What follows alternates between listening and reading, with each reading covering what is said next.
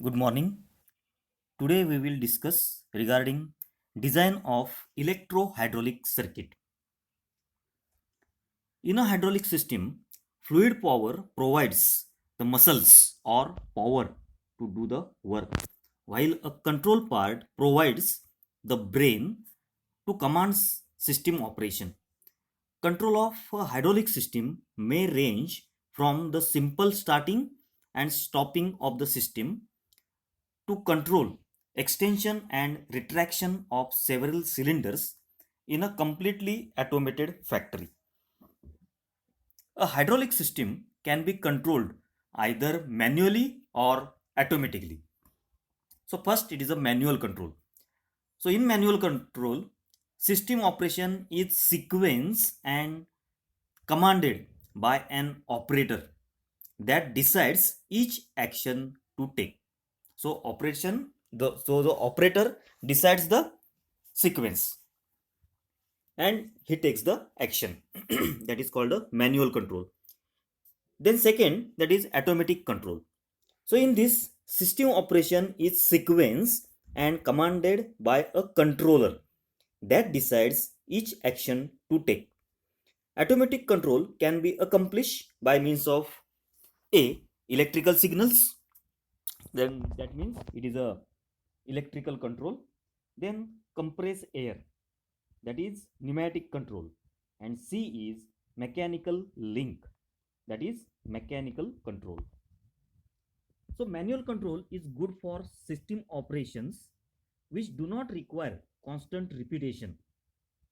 An earth moving truck such as those used in construction, farming and mining is a common example of a machine requiring manual control, since the operator must constantly change the position to where the shovel digs and the depth at which the shovel digs. Automatic control could not be used because the sequence of operation is not repetitive. In systems requiring the repetition of a series of operations, however, it would be inefficient to manually shift the hydraulic valves each time the direction of oil flow needs to be changed. So, in an example, the diagram that shows the manual and automatic, that is electrical operation of a hydraulic drilling system. So, first we will see the manual control of a drilling operation. So, you can see in a diagram there is a manually operated direction control valve, that is lever operated. So you can see the first position, that is the center position, then the shifting of the valve, and in a last diagram you can see the shifting of the lever or the valve position in opposite direction. So in a first diagram you can see there is a loading of the work, then by shifting the valve you can see the drill that is moved in a downward direction to complete drilling operation, and after shifting the valve in opposite direction manually, the drill that is move in a upward direction. So it is a manual control.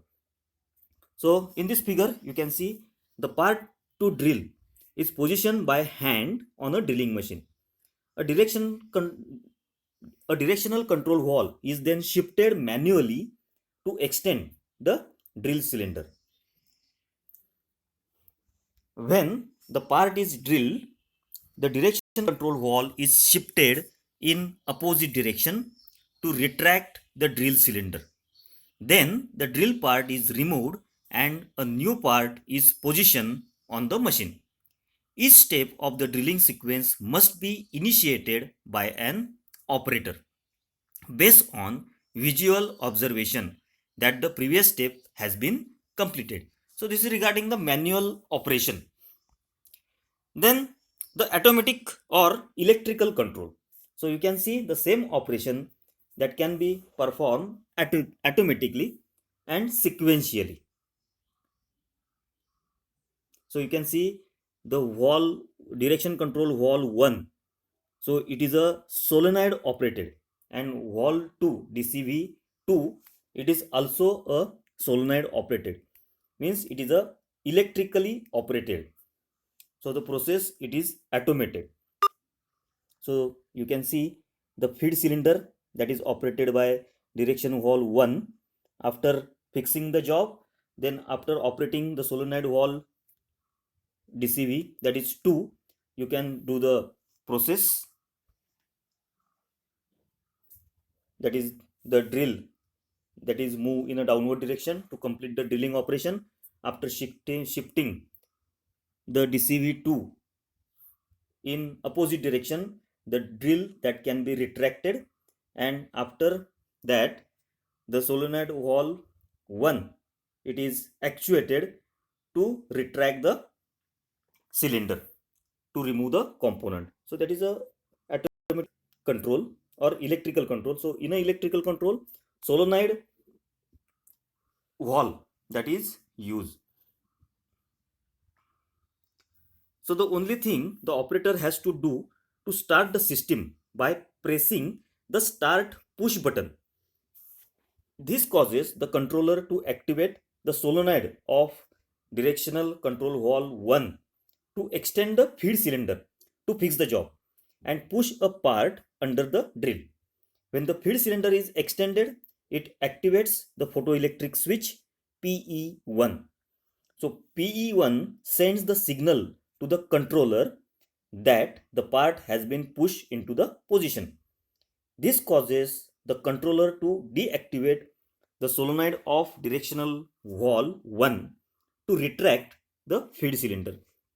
Once this cylinder is retracted, it activates photoelectric switch PE2.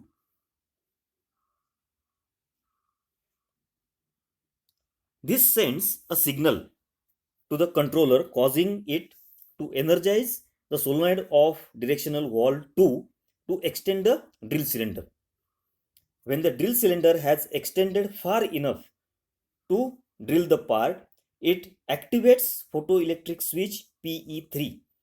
This sends a signal to the controller causing it to deactivate the solenoid of directional valve 2 to retract the drill cylinder. Once this cylinder is retracted, it activates photoelectric switch PE4. This causes the controller to commence the new sequence of operations by activating the solenoid of direction control valve 1 to extend the feed cylinder. The sequence of operations will repeat until the system is manually stopped or a malfunction occurs. So you can see in a diagram. So different photoelectric switches are there which operates the direction solenoid direction control valve. So you can see, and the predetermined sequence that can be performed.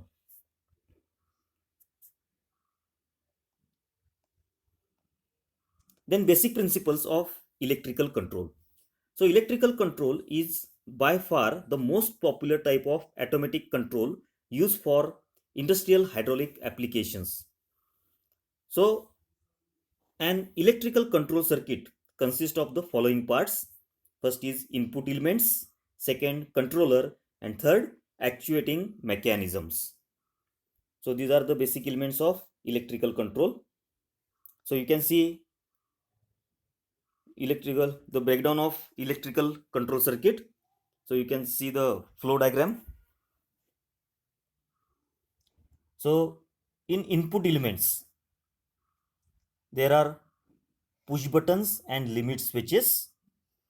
Then the signal from input elements, so that signal, it is electrical input signal, it is sent to the controllers, and the controller is having set of relays and programmable controller, and that electrical control signal, it is passed to the actuating mechanisms, and that actuating mechanisms is having hydraulic solenoid operated valves and electro-hydraulic servo valves, and by using that valves, the fluid power, it is directed to the actuator. So that is a breakdown of electrical control limits, and these are the input elements, then the controller and the actuating mechanism. These are the elements of electrical control circuit. An input element is a device that provides an electrical signal to indicate that hydraulic actuator, that is cylinder or motor, has reached a specific position, or that it is time to start the sequence of operations. So examples of input elements are limit switches, push button switches, and relay contacts. So these are the input elements. The signal issued from an input element is called input signal because it is sent to the input of a controller. Then second element, a controller is a device that decides what action to take based on the signals sent to it from the input elements. So action that can be determined by controller. The controller may be a set of electromechanical relays, a programmable logic controller, that is PLC, or a computer. The signal issued from the controller is called control signal because it is used to control the motion of a hydraulic actuator through an actuating mechanism. An actuating mechanism is a device that provides oil flow to a hydraulic actuator according to the control signal sent to it from the controller. Examples of actuating mechanisms are hydraulic solenoid operated valves and electrohydraulic servo valves. So electrical control offers a high flexibility because operation of the hydraulic system can be changed only by modifying the logic of the controller instead of modifying the hydraulic circuitry itself. On high pressure applications, however, electrical control may become complex and costly because the actuating mechanisms, that is solenoid operated hydraulic valves, must be pilot operated. Components used in electrical control. So in the next slide, the figure shows the components used for electrical control of the hydraulic trainer. So you can see the different components used for electrical control. So first, it is a power supply, that is 24-volt DC power supply is required. Then dual push button station, that is required. Then mechanical limit switch assembly. So these are the limit switch assembly, it is required. Then magnetic proximity switch, it is required. Photoelectric proximity switch, then hydraulic pressure switch, it is required. So these are the elements required for electrical control. Then dual pilot lamp station, that is required. Then control relay is required. Time delay or relay counter, it is required. Then double solenoid operated 3-position spring centered tandem center directional control valve, that is solenoid operated directional 3x2 direction control valve, that is required, or 4x3 direction control valve, it is required. Then single solenoid operated 2-position spring return directional valve, that is required. So these are the components used for electrical control of hydraulic trainer, it is required. The 24 DC, so we will see one by one each component that is required for the electrical control. So first is 24 DC power supply. When it is turned on, this device converts the 120 volt AC line voltage into, or 240 volt AC line voltage into 24 volt DC voltage, that is used to power the electrical control circuit. The 24 volt DC voltage is supplied between the red and black terminals, that also called the banana jacks, located on top of the DC power supply. Then dual push button stations that are required. So push buttons allows an operator to manually start and stop a sequence of operations. Each push button has an internal pair of conducting parts called contact. Pressing a push button causes its contact to close or open, which sends an electrical signal to the controller. Below each push button is a silk screen symbol indicating the state, that is open or close, of the push button contact. When the push button is not pressed or in the normal, that is deactivated state. Based on the silk screen symbols, what color are the normally open push buttons and the normally closed push buttons? Then the limit switch assembly. So this device consists of two mechanical limit switches that are used to sense the position of a cylinder rod. As the cylinder rod travels across the switch, it pushes against the roller, depressing the lever arm. This activates the switch, which sends an electrical signal to the controller. Then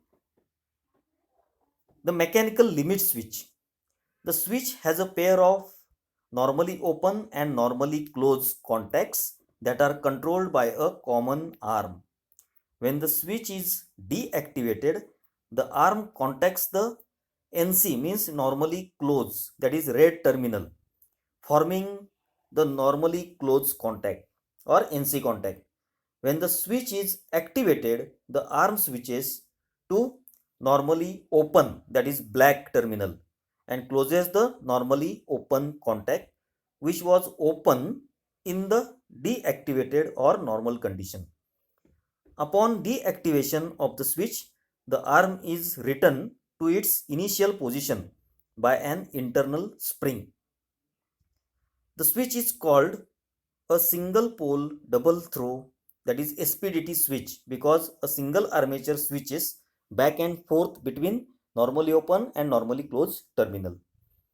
Then mechanical limit switch. Next is magnetic proximity switches. This type of switch is used to sense the position of the piston inside the cylinder. It is designed to clamp onto a cylinder equipped with a special magnetic piston, as is the case of the cylinders supplied with your hydraulic trainer. When the magnetic piston moves within proximity of the switch, its magnetic field activates the magnetic proximity switch, which sends the electrical signal to the controller. The plus and minus terminals on top of the switch are used to power the sensing cell inside the switch. The three other terminals provide access to a pair of normally open and normally closed contacts. The switch is of SPDT type because a single switch arm switches back and forth between NO and NC terminal. Then reflective photoelectric switch. So this switch is used to sense the position of a cylinder rod. It consists of a light source, a receiver, and a pair of normally open and normally closed contacts. When powered by 24-volt DC voltage, the light source projects a beam of infrared light. When the cylinder rod enters the beam, light reflects off the rod back to the receiver, causing the switch contacts to turn on. So the plus and minus terminals on top of the switch are used to power the infrared light source. The three other terminals provides access to the switch normally open and normally closed contacts. Then the pressure switch. This switch is used to sense the pressure in a hydraulic circuit. It has a hydraulic port which is to be connected into the hydraulic circuit like a pressure gauge. When the circuit pressure reaches a preset level, the pressure switch is activated, which sends an electrical signal to the controller. Then pilot lamp stations. These devices indicate a condition activated or deactivated of an associated device. Each lamp is connected to a pair of banana jacks, allowing connection to that lamp into a circuit. Then relay and time delay relay or counter. A relay is an electromechanical component used in electrical control circuits as a controller element. It sends control signals to an actuating mechanism to control the motion of an actuator based on the signals sent to it from an input element. One or more relays can be connected in various combinations to achieve proper logic to move several actuators in a specific sequence. Then relays. Each relay consists of a coil CR controlling three sets of normally open and normally closed contacts. Coil CR is to be connected to an input element such as limit switch. The NO and NC contacts can be connected to actuating mechanisms which as wall solenoids or to other relay coils to perform various logic functions. Then time delay relay or counter. This device can be programmed for either timing or counting function by configuring the thumb wheel switches on top of the unit accordingly. When the preset time or count set on the thumb wheel switches is reached, the time delay relay or counter shifts its two sets of contacts to the activated state. Then single solenoid operated four-way two-position spring return directional valve. So this valve is an actuating mechanism providing fluid flow to a hydraulic actuator such as a cylinder or motor. It is operated by an electrical solenoid. This solenoid must be connected to a controller or controller output, usually a relay contact. When the solenoid is energized by the controller, it pushes the valve spool to the straight arrows condition, causing the actuator to move in a one direction.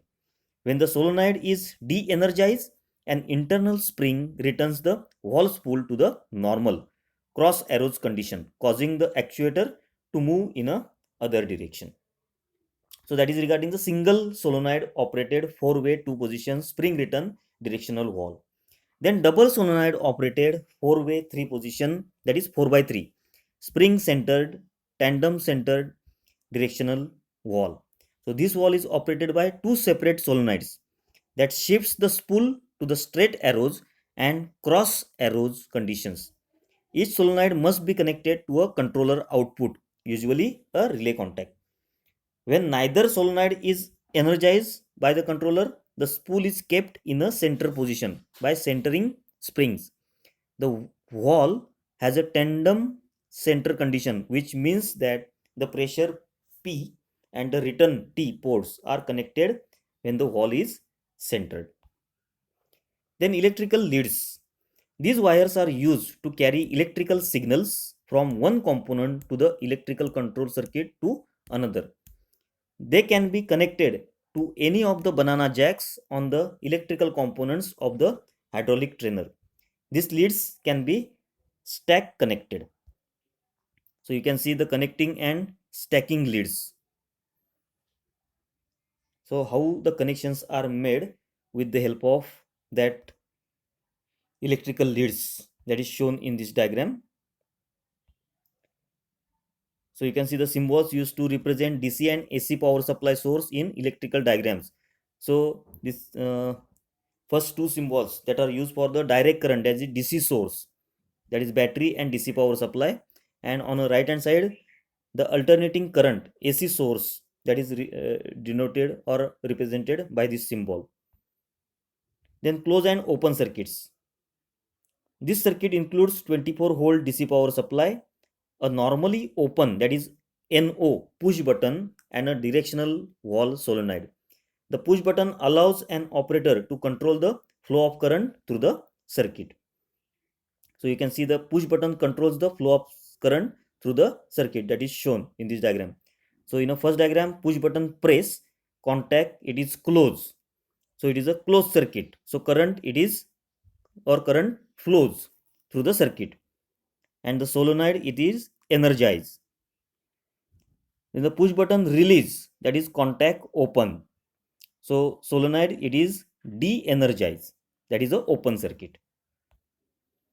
So when an operator presses a push button, the contact in a push button goes from open to close, which creates a complete conducting path starting at the positive terminal of the power supply through the push button contact, the solenoid, and the back to the negative terminal of the power supply. This permits the current to flow through the circuit. The circuit is said to be closed. As a result, solenoid A is energized. When the operator releases the push button contact goes from close to open, which breaks the continuity of the conducting path and stops the flow of current, as shown in the previous slide. The circuit is said to be open. As a result, solenoid A is de-energized. That is, so this is shown in this slide. So you can see the schematic diagram of the hydraulic using the solenoid operated 4x2 springs return direction control valve, that is shown. The electrical section or the electrical wiring, it is shown on the left hand side, and the complete circuit diagram of the hydraulic system, it is shown on a right hand side. So this is a hydraulic trainer that is shown, and the different wiring arrangement or the connection diagram, it is shown in this slide.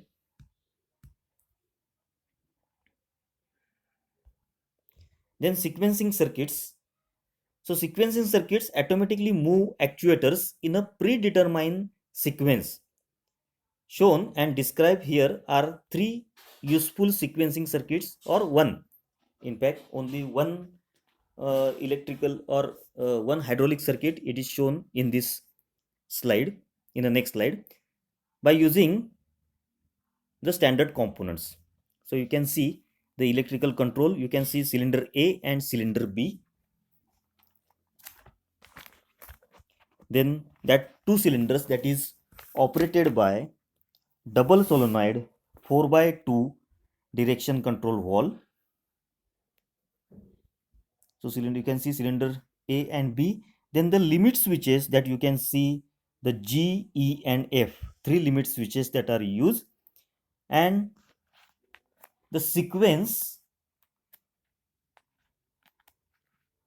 given is A plus, B plus, A minus, B minus.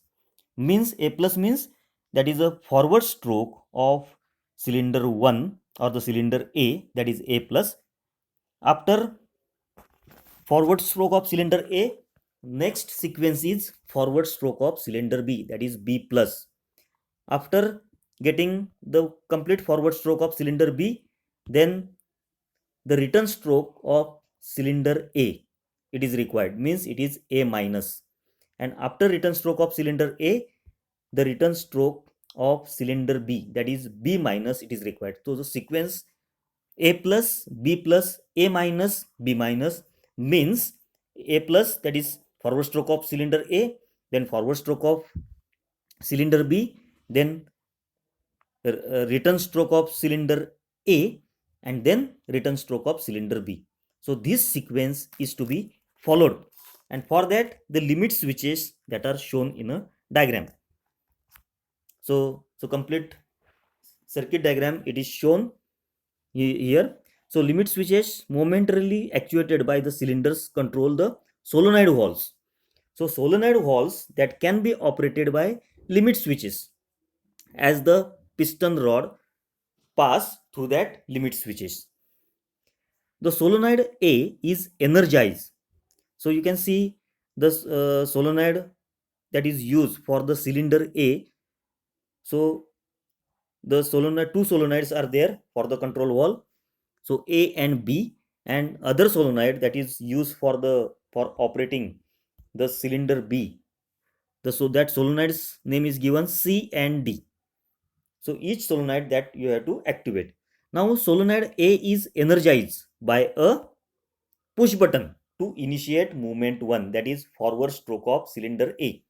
So it is operated by push button. At the completion of movement 1, limit switch E is activated to energize solenoid C, initiating movement 2. So when forward stroke of A is completed, which will activate, so limit switch E is activated, and that limit switch E that is actuated to energize solenoid C. Solenoid C means it is a solenoid control valve that is used for cylinder B. At the end of movement 2, so initiating the movement 2 means the forward stroke of cylinder B, it is started. At the end of movement 2, that is end of forward stroke of cylinder B, limit switch F is actuated. So here you can see at the right hand side, F will be actuated at the end of forward stroke of cylinder B. So F that actuated to energize solenoid B. So that limit switch F that will activate or energize the solenoid B, that is control valve of cylinder A. So as B is activated, it will initiate the movement 3. So movement 3 you can see at the top, that is the return stroke of cylinder A. At the end of movement, limit switch G is actuated to energize solenoid D. Now solenoid D that will be actuated, that will initiate the movement 4, that is return stroke of cylinder B. The sequence valve prevent the pressure drop in either cylinder while the other operates. So this is regarding the design of electro-hydraulic circuit. Thank you.